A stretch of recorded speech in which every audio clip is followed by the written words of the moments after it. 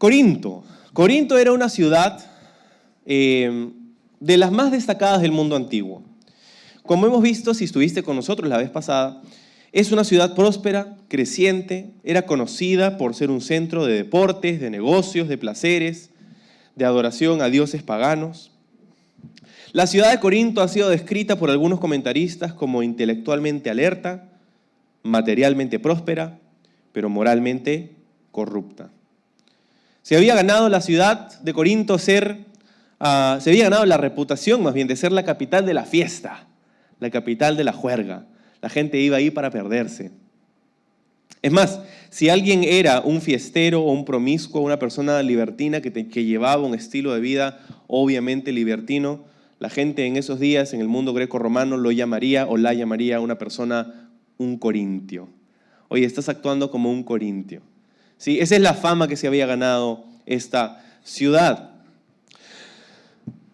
Pablo funda esta iglesia en su segundo viaje misionero.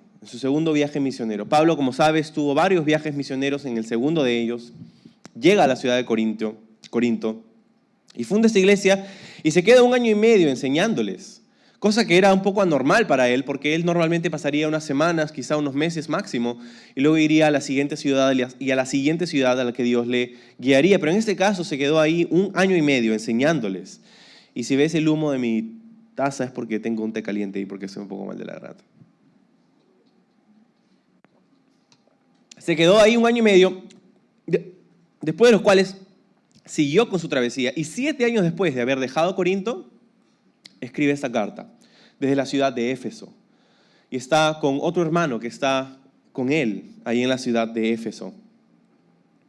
Ahora, cuando leemos esta carta, y estoy seguro que la gran mayoría de ustedes ha leído 1 Corintios, y si no lo has hecho, te animo a que lo hagas. En estas semanas que vamos a estar estudiándolo, adelántate, toma la semana para poder leer el capítulo que vamos, para que no te agarre por sorpresa.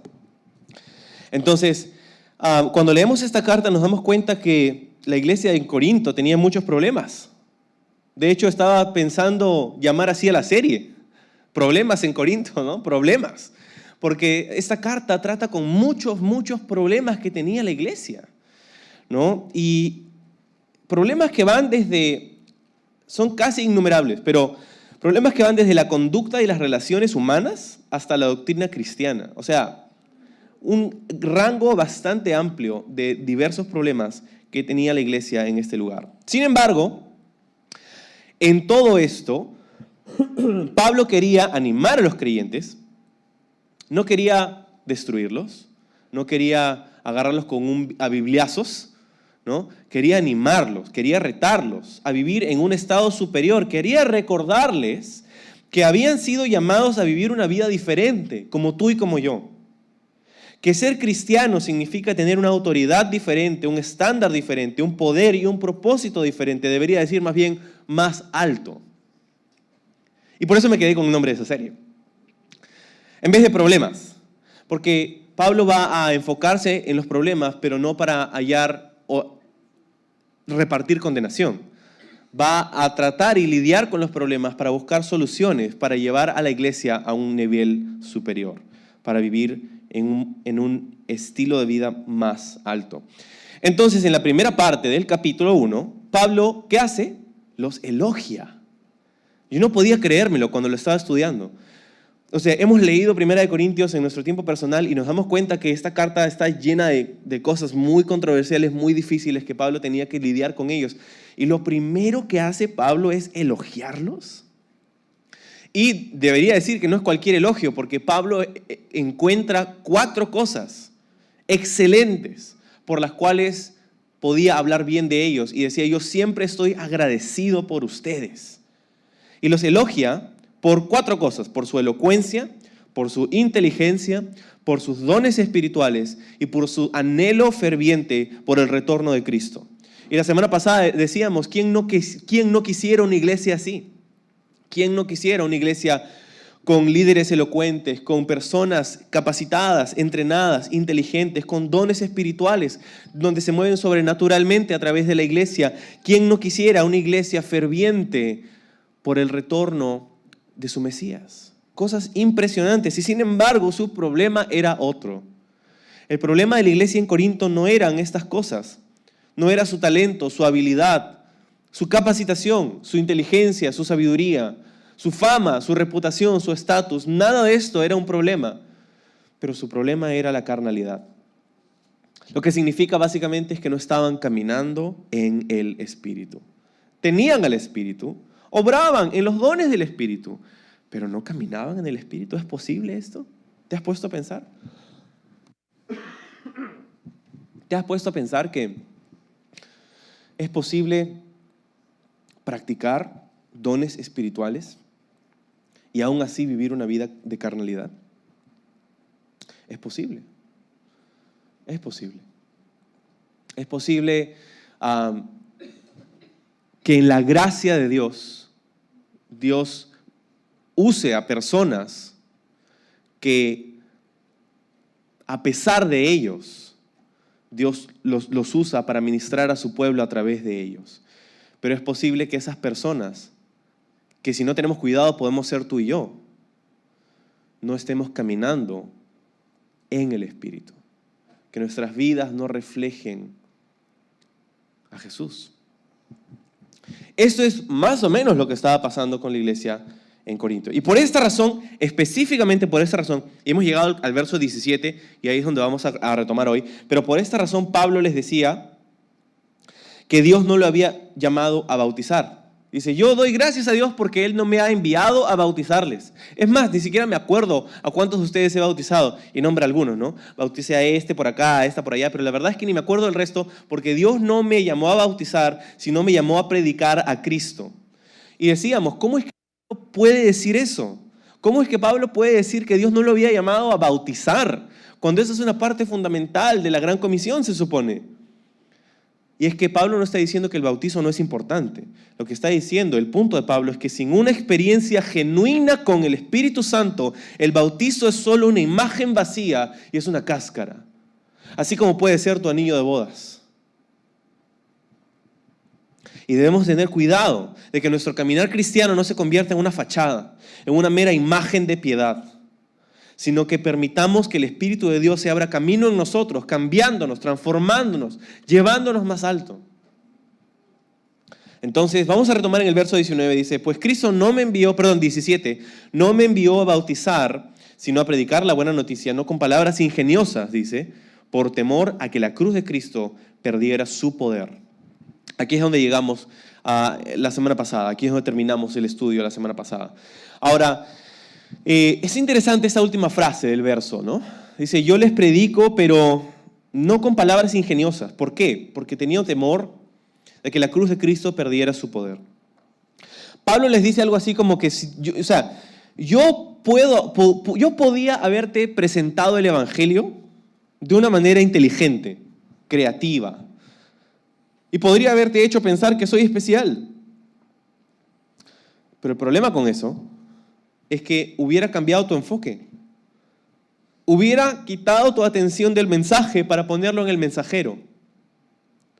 Y eso restaría el poder del mensaje de la cruz, el mensaje del Evangelio. Escúchame. Pablo está diciendo, chicos, yo no quería confundirlos con mi alto nivel de conocimiento, pero tampoco quería impresionarlos. Ese no era mi interés. Cuando yo llegué a ustedes en Corinto, yo no quería impresionarlos, confundirlos. Yo no quería que ustedes me vean y, oh, Pablo, esa no era mi motivación. Mi motivación era predicarles a Cristo. Y por eso elegí mis palabras con cuidado. ¿Sí? Y esto tiene una aplicación importante para nuestras vidas. Porque este es un mensaje tan importante para la iglesia del siglo XXI. Y el mensaje no es este. El mensaje no es, no uses tus dones y talentos. El mensaje es, úsalos, pero úsalos para crear una plataforma para el mensaje del Evangelio y no solo para ti. Muchas veces nosotros sabemos que Dios nos ha dado dones, talentos, habilidades y los debemos usar. No es que vamos a decir como ese labrador infiel, ¿verdad? Que recibió un talento y lo escondió en la tierra y lo escondió hasta que vino el amo y dijo, bueno, acá está tu talento. Y el amo le dijo, ¿qué has hecho? Ni siquiera, podías haberlo puesto en el banco, podías hacer algo y entonces no vamos a ser de aquellos que nos escondemos, que nos reprimimos, que que fallamos en caminar en todo lo que Jesús tiene para nosotros. La Biblia dice en Efesios capítulo 2, versículo 10, que hemos sido creados para buenas obras, que Él ha preparado de antemano, para que nosotros anduviésemos, caminemos sobre ellas. Entonces vamos a hacer eso, pero vamos a tener cuidado cómo lo hacemos. Porque no queremos usar nuestras habilidades, no queremos usar nuestros dones espirituales, nuestro talento, no queremos hacer que podamos haber creado una plataforma que se trate de nosotros y no del Evangelio. Entonces, claro, usa tus dones y talentos, pero úsalos para compartir el mensaje de la cruz de Jesús y no solamente para ti. ¿Sí? Entonces, por eso, el verso 18, que es donde empezamos ahora, dice: el mensaje de la cruz es una ridiculez para los que van rumbo a la destrucción, pero nosotros, que vamos en camino a la salvación, sabemos que es el poder mismo de Dios. Ya tiene más sentido mi título, ¿no? Dice, el mensaje de la cruz es una ridiculez para algunas personas. Para aquellos que van, dice, rumbo a la destrucción, pero para nosotros, que vamos camino a la salvación, sabemos que es el poder mismo de Dios. Entonces, en esta segunda mitad del capítulo, Pablo va a expandir el tema del mensaje de la cruz, ¿sí? Y lo que dice básicamente es que el Evangelio no es atractivo para todos.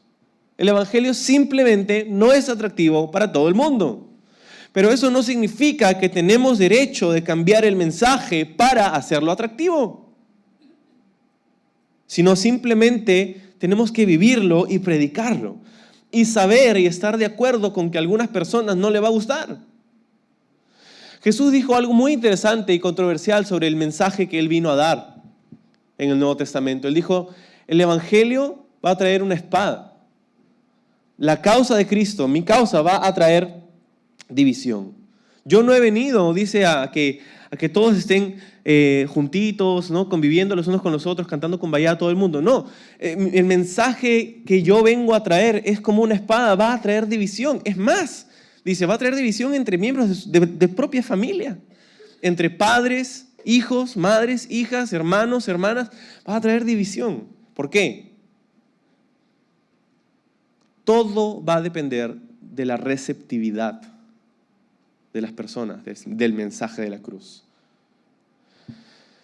Entonces, Pablo les explica, mira, el mensaje de la cruz de Cristo, el mensaje del Evangelio, es una ridiculez para algunas personas y está bien. Tienes que estar de acuerdo con que a algunas personas no le va a gustar y está bien, pero eso no significa que podemos cambiar el mensaje para agradar a las personas. Y ahí está la trampa. ¿Cuántas veces cambiamos nuestras convicciones para agradar a las personas que nos rodean? ¿Cuántas veces cambiamos las cosas en las que creemos y las que hemos decidido hacer? Cambiamos por miedo al qué dirán, por miedo al qué van a pensar, qué van a decir de mí. Y Pablo dice, en otro momento, en esta misma carta, va a decir, yo no me avergüenzo de la cruz de Cristo. No me avergüenzo para nada. Entonces, al parecer, si puedes leer entre líneas conmigo, los corintios eran propensos a ser deslumbrados por el talento humano, ¿no? Eran propensos a mirar a una persona virtuosa y talentuosa y decir, ¡wow! ¡Qué gran mensajero! Y Pablo les dice, no se trata del mensajero, se trata del mensaje, deslúmbrate más bien en el mensaje de la cruz. En eso deslúmbrate. No en el panadero que te está trayendo el pan, no en el muchacho que te trae el periódico todos los días a tu casa. Eso es lo que somos. Me gusta lo que dijo un pastor hace mucho tiempo. Dijo, yo soy simplemente un mendigo tratando de decirles a otros mendigos dónde he encontrado pan. Eso es todo lo que somos. Pero los corintios tenían esta tendencia a mirar a las personas y, oh, qué gran autoridad, qué gran elocuencia, qué inteligente, qué preparado, qué, Y Pablo dice, no te desenfoques, porque puede que pierdas de vista lo más importante. Entonces va a ahondar, dice en el versículo 19, ¿cómo dicen las Escrituras? Destruiré la sabiduría de los sabios y desecharé la inteligencia de los inteligentes. Así que ¿Dónde deja eso a los filósofos, a los estudiosos, a los especialistas en debates de este mundo? Dios ha hecho que la sabiduría de este mundo parezca una ridiculez, ya que Dios, en su sabiduría, se aseguró de que el mundo nunca lo conociera por medio de la sabiduría humana. Usó nuestra predicación, entre comillas, ridícula para salvar a los que creen. Es ridícula para los judíos, que piden señales del cielo, y es ridícula para los griegos, que buscan la sabiduría humana.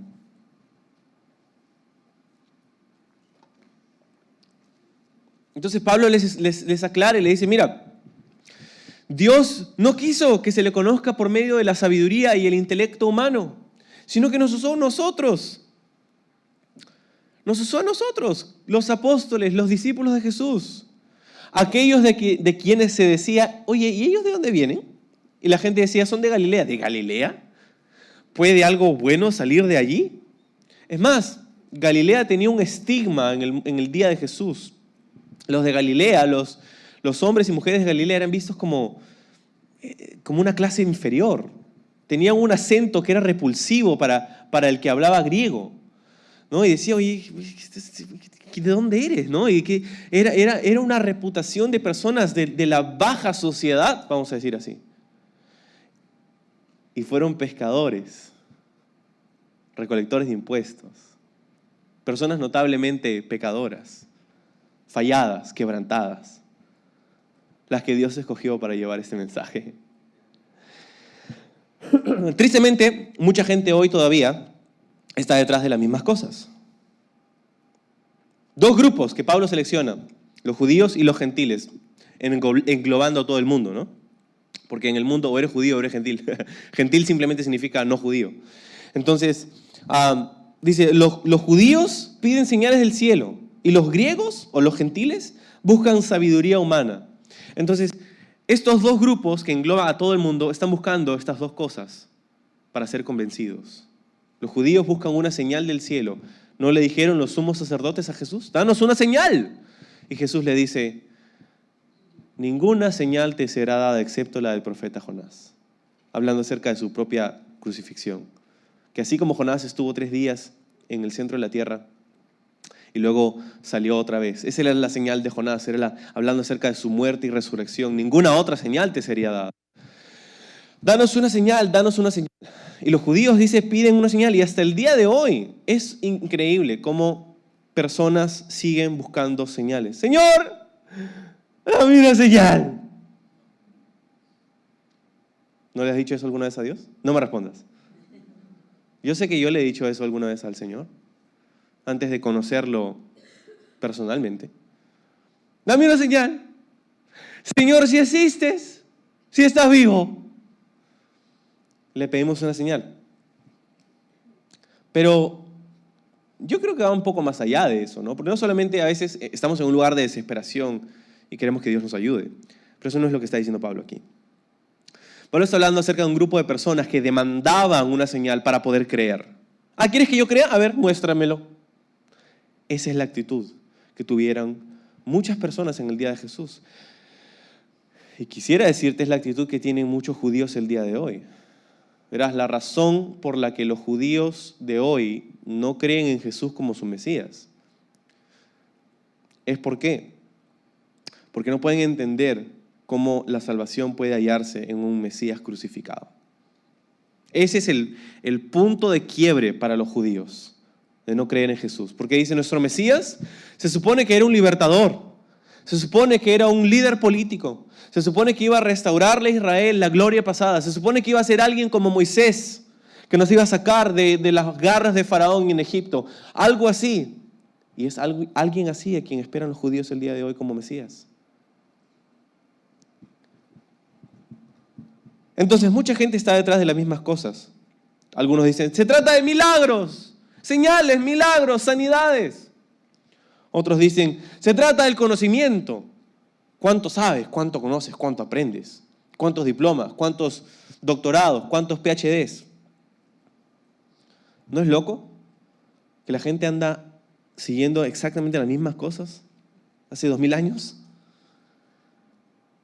Entonces, mientras que algunos dicen, se trata de milagros, de lo sobrenatural, de sentir la presencia del Espíritu. Y otros dicen, se trata del conocimiento, de cuánto puedes poner en esa masa de 1,5 kilos en tu cerebro, cuánto puedes poner ahí. Y Pablo dice, no, se trata de la cruz. De eso se trata. Tienes que saber cuando hablamos de la cruz, porque hoy día decimos se trata de la cruz y suena bien, oh, wow, amén, pastor, predícalo.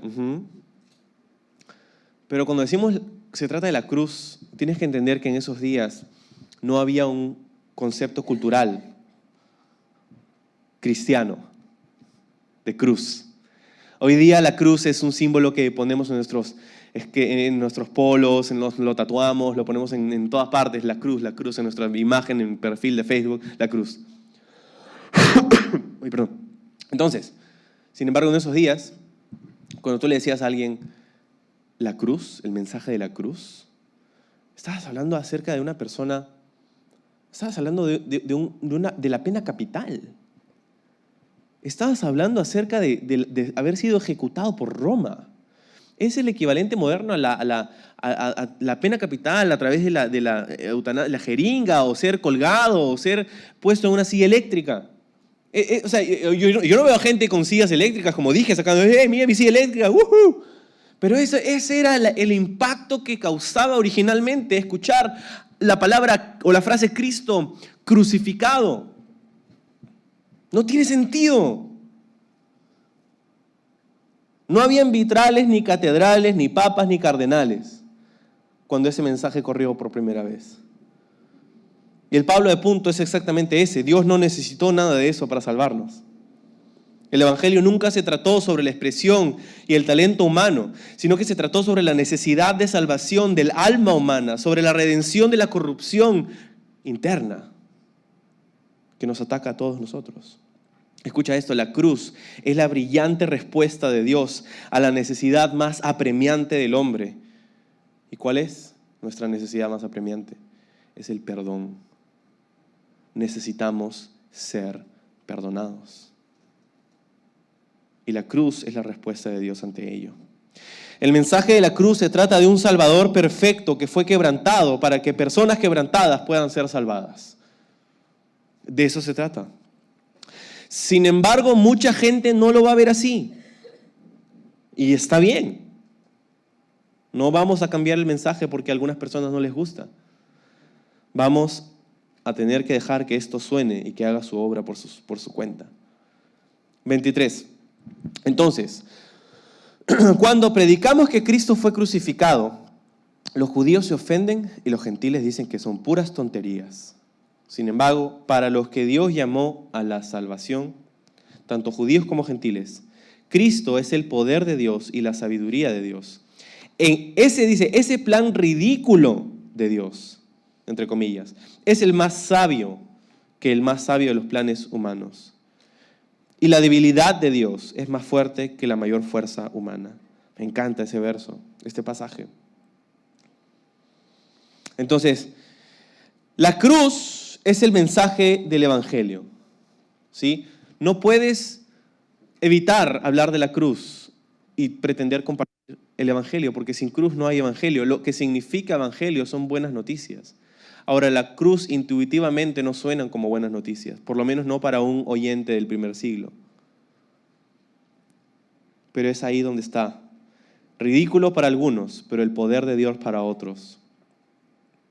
Necesitas entender la frase entre Cristo fue crucificado. Esa es la frase que Pablo dice. Cristo fue crucificado. Necesitas entender esta increíble tensión en esta frase. ¿Por qué? Porque ¿qué significa Cristo? Si sabes, no te preocupes, acá te decimos. Cristo significa ungido. Cristo es la palabra griega para la palabra hebrea Mesías. Cristo y Mesías es lo mismo y ambas significan ungido. ¿Qué significa ungido? Ungido era un término que se le daba a alguien que había vencido, a un rey vencedor, un heredero, un noble, uno que asciende al trono. Es el título, es el máximo, sumo, autoridad, poder. ¿Sí? Entonces, Cristo Imagínate todas las cosas que lleva consigo esta palabra, Cristo, todo lo que acabamos de describir. Pero la segunda palabra es crucificado. Y crucificado significa débil, derrotado, humillado, vencido. Naturalmente, estas dos no van juntas, estas dos palabras. Pero ese es el mensaje y ahí está la salvación. Cristo fue crucificado. Me gusta mucho lo que leí en un comentario de un pastor que admiro mucho, se llama David Guzik, del movimiento de Calvary Chapel, y dice: la salvación no es el triunfo de la sabiduría humana, es la aceptación del dramático e inesperado acto de amor de Dios en el Calvario. La salvación no es: vamos nosotros a ser mejores, vamos a ser buenas personas, vamos a portarnos bien y de pronto nos podremos ganar el cielo. No, la salvación no es el triunfo de la sabiduría, el intelecto, la habilidad humana. La salvación es simplemente la aceptación de este acto tan irracional, contraintuitivo que fue Cristo crucificado. Verso 26 dice: recuerden, amados hermanos, que pocos de ustedes eran sabios a los ojos del mundo, o poderosos, o ricos cuando Dios los llamó. En cambio, Dios eligió lo que el mundo considera ridículo para avergonzar a los que se creen sabios, y escogió cosas que no tienen poder para avergonzar a los poderosos. Entonces, recuerden, dice, pocos de ustedes eran sabios, poderosos o ricos. Y es que parece ser que esa era la idea que tenían los corintios de ellos mismos. Estaban llegando a pensar que eran algo especiales, ¿no? ¡Oh, míranos! Somos la iglesia en Corinto. Somos recontra chéveres. Pablo dice: ¿en serio? ¿Según quién? ¿Según ustedes? Sí, seguro según ustedes son súper chéveres, pero ¿cuál es el estándar con el que estás midiéndote? ¿No? Recuerden, dice, que muchos de ustedes no eran sabios, ricos, poderosos, estimados, influyentes. Muchos de ustedes no eran así, porque parece ser que esa era la idea que ellos estaban creyéndose de sí mismos. Muchas veces las personas piensan en Dios y en el mensaje de la salvación, el mensaje del evangelio, como si fuera ¿has visto, no? Cuando pasas corriente a un carro, lo hacemos todas las semanas nosotros acá en la iglesia. Entonces, le pasas corriente a un carro, entonces le pasas corriente y prende. Ya estás. Pero ¿qué pasa? Después desconectas el cable y ya se supone, si no tienes ningún otro problema, ya debería funcionar, ¿verdad? Entonces, lo prendes, le pasas corriente, desconectas y luego te vas y ya estás listo. Y mucha gente piensa que la salvación es así. Mucha gente piensa que Dios funciona así. Yo necesito a Dios porque ahorita estoy sin batería. Así que Dios, recárgame. Y ya yo puedo solo. Y eso no es la salvación. La salvación es no solamente pásame corriente, es cámbiame de batería, de alternador, de bujías, de carboncillo, cámbiame de motor, cámbiame todo, Señor, porque la verdad es que no funciono. Está como nuestra camioneta en la iglesia. No, la verdad es que estoy mal. Entonces, Señor, necesito no solamente que me pases corriente, necesito que me salves. Necesito que me cambies de adentro hacia afuera. ¿Sí? Y parece que los corintios habían dicho: bueno, sí, ya Jesús nos salvó, pero nosotros acá mismo somos, ¿no? Y Pablo les dice: no hay nada especial en ustedes, lamento informarles. Todo lo especial se encuentra en Dios. Si tienen algo especial, no es por ustedes mismos. Es porque Dios se lo ha dado, es porque tienen a Dios en ustedes. Ojo, estamos viviendo una generación no muy diferente. Estamos viviendo una generación que se preocupa más por cuántos seguidores tienen en Instagram que por ser seguidores de Jesús. Y ese era el punto de Pablo. El punto de Pablo es: ten cuidado con buscar esta popularidad, esta influencia. ¿Para qué? Si no es para expandir el mensaje ridículo del evangelio, de la cruz de Jesús. ¿Sí? Y hay una advertencia para nosotros, para cada uno de nosotros. Escuché esta frase que me impactó mucho. Alguien dijo esto: si la luz que está sobre ti es más grande que la luz que está en ti, la luz que está sobre ti te destruirá. Y muchas veces buscamos llegar a un punto en la vida en donde podemos tener influencia, donde podemos tener, estar establecidos, ¿no? Buscamos llegar a este punto y la gran pregunta es, ¿y ahí? ¿Y ahora qué? ¿No? Y buscamos esta luz y buscamos que me miren y que mira yo. Y no solamente es en el ministerio, pero es en todas partes, es en el trabajo, es en el ámbito laboral, es en todas partes.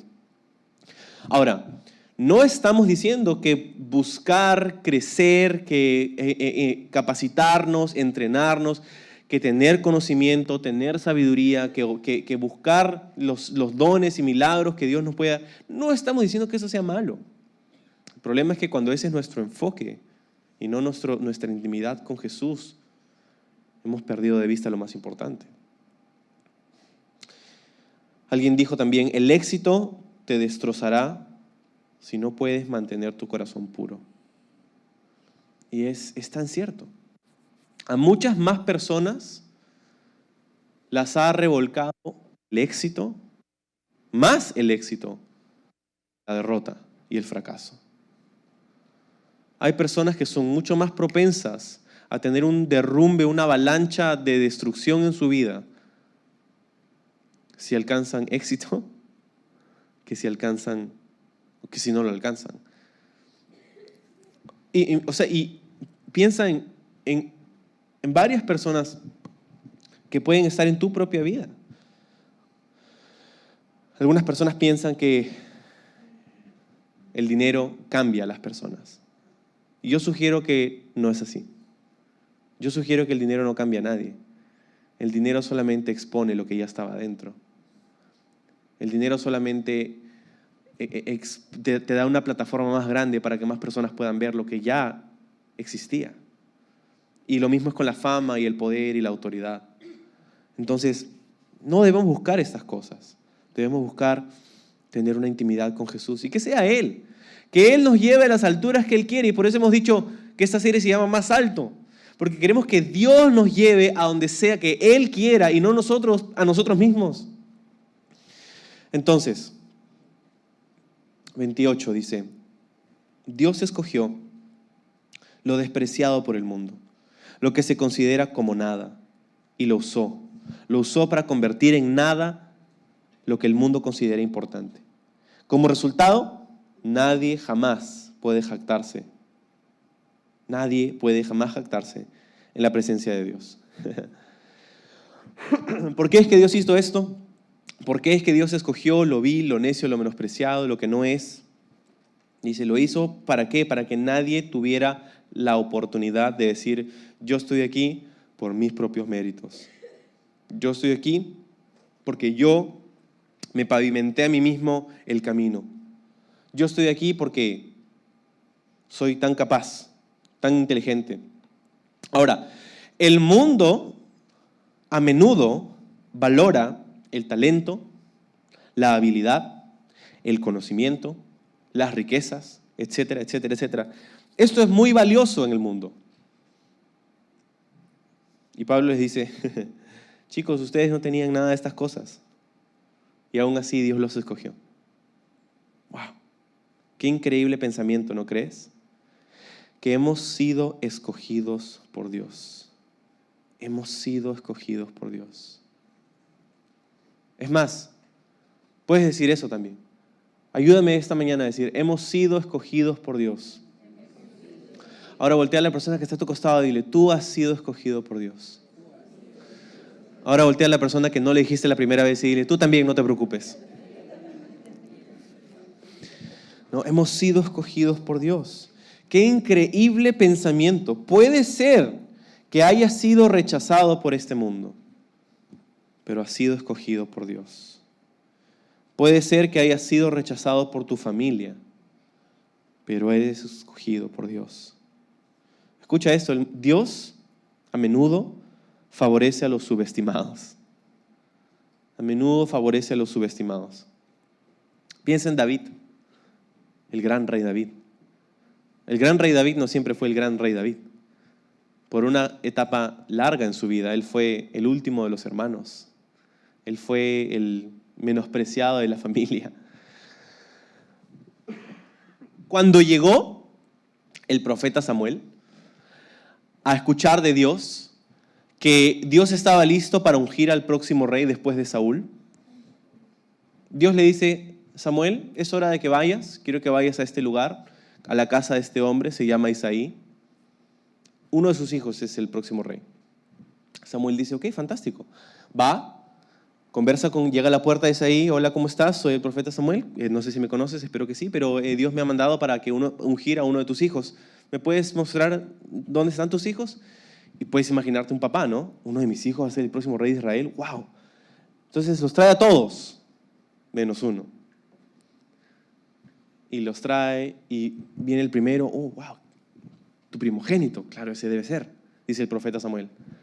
Y Dios le habla a su corazón en ese instante. Le dice: no, él no es. Y pasa otro, y pasa otro, y pasa otro. No, ninguno de ellos. Dice: no mires su apariencia. Dios mire su apariencia, porque Dios no mira lo que mira el hombre. Dice: Dios mira el corazón. Dios mira el corazón. Y después de 7 intentos, el profeta sigue como que: no, Dios, ninguno de estos es. Qué raro, ¿me habré equivocado de casa? Un ratito, ¿qué número de casa? Y entonces, y le pregunta, ¿no? Ya como derrotado, el profeta le dice: ¿por ahí hay uno más? No sé, ¿no? Después de 7, como, no sé, ¿hay uno más por ahí? Y el papá dice: ¡ah, sí! Tengo uno más. ¿Qué papá dice eso? No sé, yo tengo 2 hijos nomás, no sé si después de 7 me pasará eso, no lo sé. Pero, sí, pero está cuidando las ovejas allá afuera. ¿Quieres lo llame? Sí, por favor, llámalo. ¿No? Y entonces viene: ¡hey, David! ¿No? Y David: no, ¿qué? ¿Perdón, qué? Ven. Y entonces David llega, ¿no? Y entonces, y ahí es donde Dios le confirma a Samuel, le dice: él es el próximo rey, úngelo. Y procede a hacer lo mismo, ¿no? Lo unge con aceite, y esa es la idea de ungido de la que hablamos hace un momento, de ser Mesías, de ser Cristo, de ser ungido con aceite para ser el próximo rey. Eso es lo que pasa. Sin embargo, aún a pesar de haber sido ungido, él no fue rey en ese mismo instante. Pasaron 20 años y 20 capítulos desde ese momento hasta el momento de su coronación. Del momento de su unción al momento de su coronación pasaron 20 años. 20 años que no solamente fueron años de espera, ojo. O sea, qué bonito, ¿no? Ya soy yo soy el próximo rey, a ver, Señor, no sé, ¿cuándo ¿no? Está esperando, así que lo abanicaban, le daban comer uvas. No, esa no fue la vida de David por 20 años.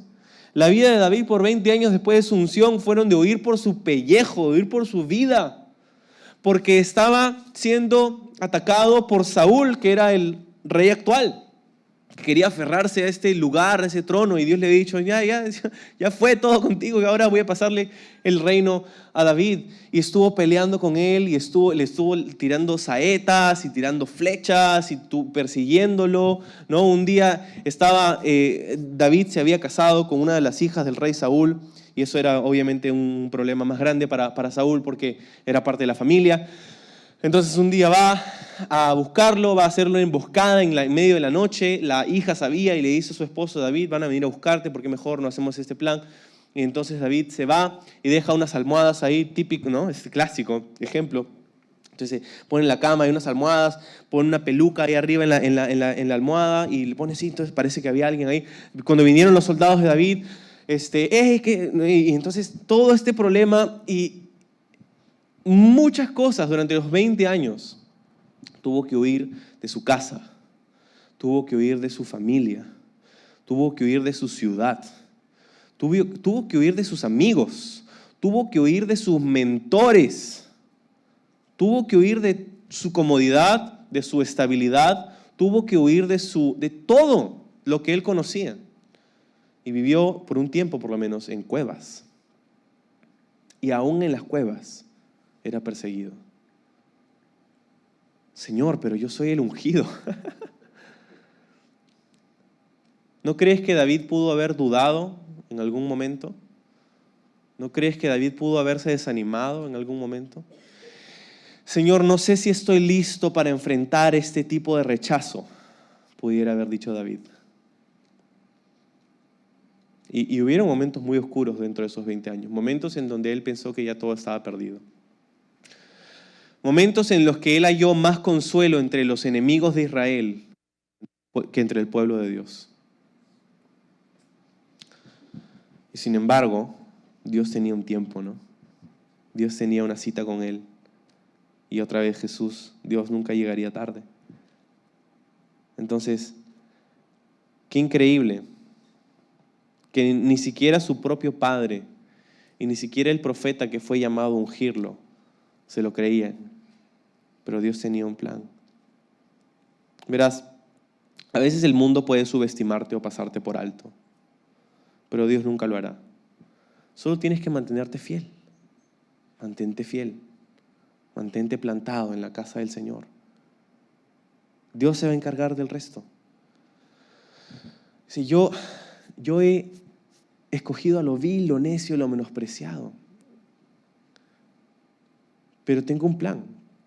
¿Cuál es el plan? Versículo 30 dice: Dios los ha unido a ustedes con Cristo Jesús. Dios hizo que Él fuera la sabiduría misma para nuestro beneficio. Cristo nos hizo justos ante Dios, nos hizo puros, santos y nos liberó del pecado. Por lo tanto, como dicen las Escrituras, si alguien quiere jactarse, que se jacte solamente del Señor. Ese es el plan. El plan no es que tú seas más sabio, no es que tú seas más rico, no es que tú seas ni siquiera más puro y santo por tu cuenta. El plan es que estés unido a Cristo Jesús. Dice, Dios hizo que Él fuera la sabiduría misma para nuestro beneficio. Él nos hizo justos, puros, santos, libres del pecado. Él hizo todo eso para con nosotros. Verás, la verdadera sabiduría no es llegar a ser más inteligente. La verdadera sabiduría viene de una relación personal con Jesús. Es de ahí donde parte todo. El libro de Proverbios dice: el principio de la sabiduría es el temor a Jehová. Entonces, cuán sabio seas va a depender de cuán cerca camines con Jesús. Y lo mismo es cierto para las otras cosas. Puros, santos, libres. Cuán sabio, puro, santo, libre quieras ser, todo va a depender de cuán cerca camines con Jesús. Piensa en eso por un momento, todo lo que Jesús ha hecho por nosotros. Dice, justos. ¿Qué significa justo o justificado? Significa que posicionalmente no eres culpable, eres inocente, eres justo. Justo como si nunca hubieras pecado. Justo. Puro. Puro. Habla de algo interno, ¿verdad? La pureza habla de un valor intrínseco. La pureza habla de una limpieza interior, ¿verdad? Tú puedes ver una piedra preciosa, pero de repente te das cuenta y dices, no, esta piedra sí es preciosa, pero adentro está mezclada con un montón de impurezas. No está pura, ¿verdad? Porque por afuera puede verse limpia, pero por dentro está sucia y tiene impurezas. ¿Sí? Por eso la pureza habla de una limpieza interior. Dice, y esa limpieza interior no la vas a poder conseguir tú por más detergente con el que te laves. Dice, Jesús lo ha hecho por nosotros. Está en Jesús, nuestra justicia, nuestra pureza. Luego dice, santos, nuestra santidad. A veces pensamos otra vez como ese ejemplo de la batería. No, nos pasas corriente, ya nosotros ya somos. No. Tu tarea no es ser más santo, tu tarea es caminar con Jesús. Él va a hacer que tú seas. ¿Por qué? Porque esa pureza interna va a verse reflejada eventualmente, tarde o temprano, hacia afuera. Entonces, en muchos lugares que se llaman iglesia, en el círculo del mundo cristiano, muchas veces hay un énfasis equivocado en cómo te ves, cómo te vistes, cómo hablas, cómo te comportas, se trata de la conducta. Y si no conformas tu conducta a nuestras ideas, entonces estás mal, estás en pecado. Y ese es el concepto, es Totalmente erróneo. Porque la conducta no es el problema. La conducta es un síntoma del problema. Síntoma con el que Jesús va a tratar. Jesús va a tratar, su Espíritu va a tratar. No yo, no tú. Es el Espíritu de Dios. Somos hechos justos. Un sello.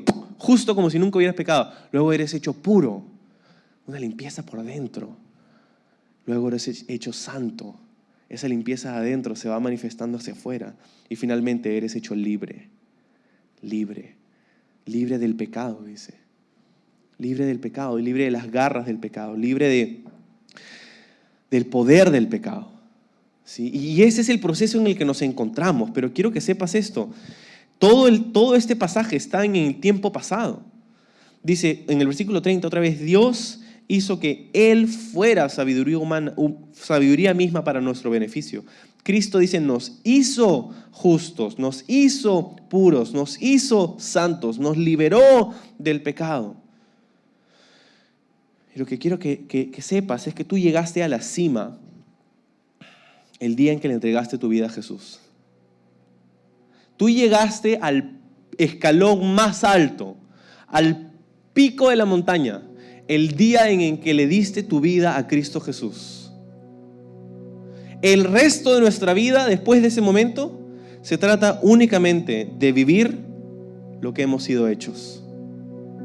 Entonces, muchas veces el énfasis en la iglesia es que el camino del cristiano es cuesta arriba, ¿no? Cuesta arriba, cuesta arriba.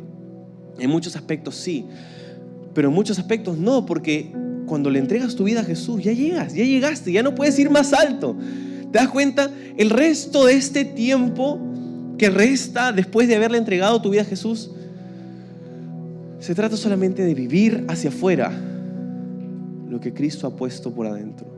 Hemos sido hechos justos, hemos sido hechos puros, hemos sido hechos santos, hemos sido hechos libres. Ahora nos toca caminarlo hacia afuera, obrarlo hacia afuera.